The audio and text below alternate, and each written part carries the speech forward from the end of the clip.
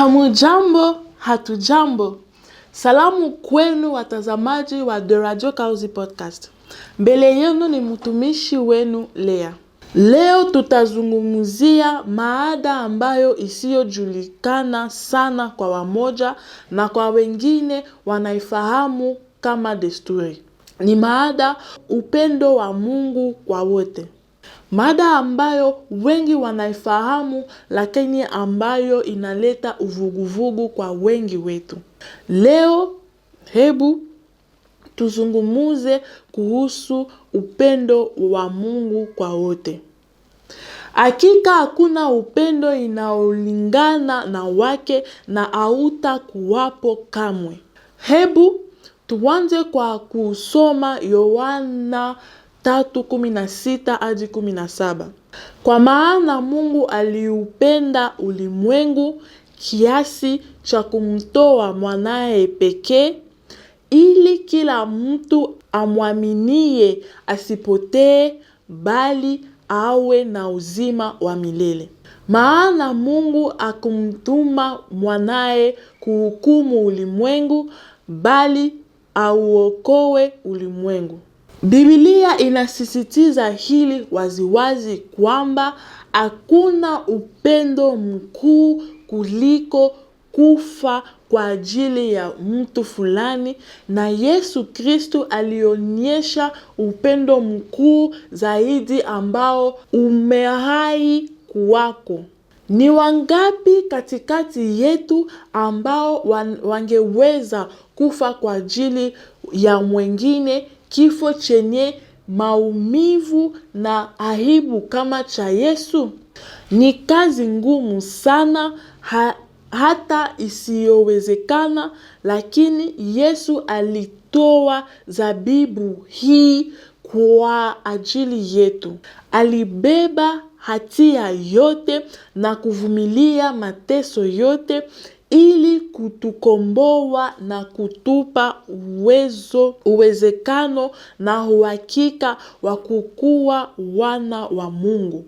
Najua ni vigumu kuelewa jinsi Mungu angeweza kuchukua umbo la mwanadamu, kuwa Mungu asilimia 100 na mwanadamu asilimia 100, kuishi maisha yasiyo na dhambi, kukamilisha huduma kamilifu kwa muda wa miaka 3 tu, na kisha kupata kifo cha uchungu na aibu. Maisha yake, mateso yake, kifo chake ni zaidi ya ufahamu wetu. Kinachobaki kwetu ni kumwamini tu, na kumwamini kwa moyo wetu wote, maisha yetu yote, na wakati wote tukitumaini tumaini letu lenye baraka. Na ndiyo, sisi sote ni mwenye dhambi, lakini Mungu anadhihirisha upendo wake kwetu kwamba tulipokuwa tungali wenye dhambi, Kristo alikufa kwa ajili yetu. Kama tunavyoona katika Warumi 5:8, tukiwa wa dhambi hatukuweza kufanya lolote ili kujiokoa na kifo cha milele. Lakini kutokana na upendo kwetu sisi sote, Kristo alikufa kwa ajili ya dhambi zetu. Kilichobaki kwetu ni kumwamini, kumupokea kama Bwana na Mwokozi wetu binafsi, kuwa na uhakika wa uzima wa milele na uzima wa utukufu isiyo na mwisho.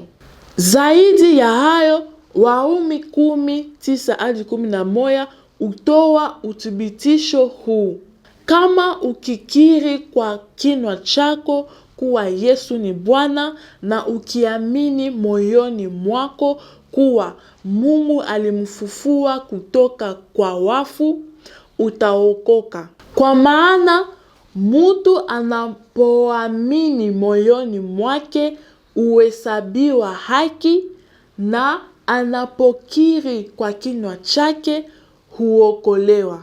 Kama yasemavyo maandiko, hakuna amwaminie ambaye ataaibika. Ni rahisi hivyo.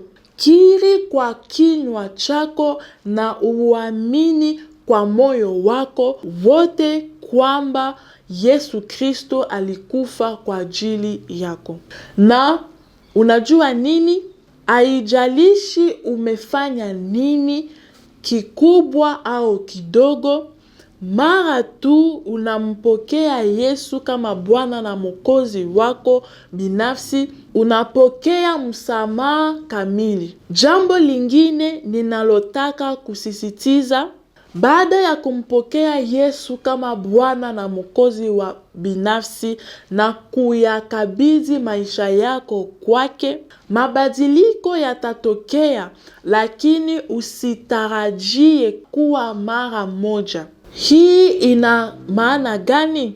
Iwapo mtu alikuwa mlevi wa pombe, kwa mfano, tamaa ya pombe itaanza kutoweka polepole kufuatana na kazi ya Roho Mtakatifu ndani yake.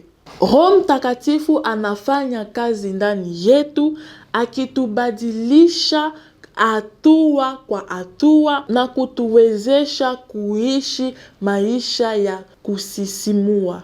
Hatuwezi kufanya hili peke yetu, lakini ni Roho Mtakatifu aliye ndani yetu anayetusaidia kuwa na matokeo kwa wale wanaotuzunguka na kuishi maisha yanayompendeza Bwana. Acheni tuone kile ambacho Biblia hutuambia katika Mezali 19:12. Sikia shauri na pokea mafundisho ili upate kuwa mwenye hekima kwa siku zako za mwisho. Ninaomba kwamba siku hii iwe hatua muhimu kwako, kwamba utafanya ungamo lako na kumfuata Yesu kwa maisha yako yote.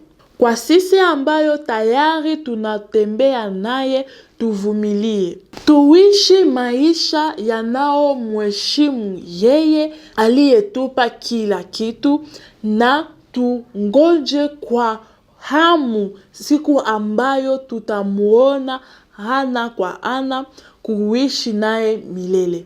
Mungu awabariki wote na tuonane siku vijao.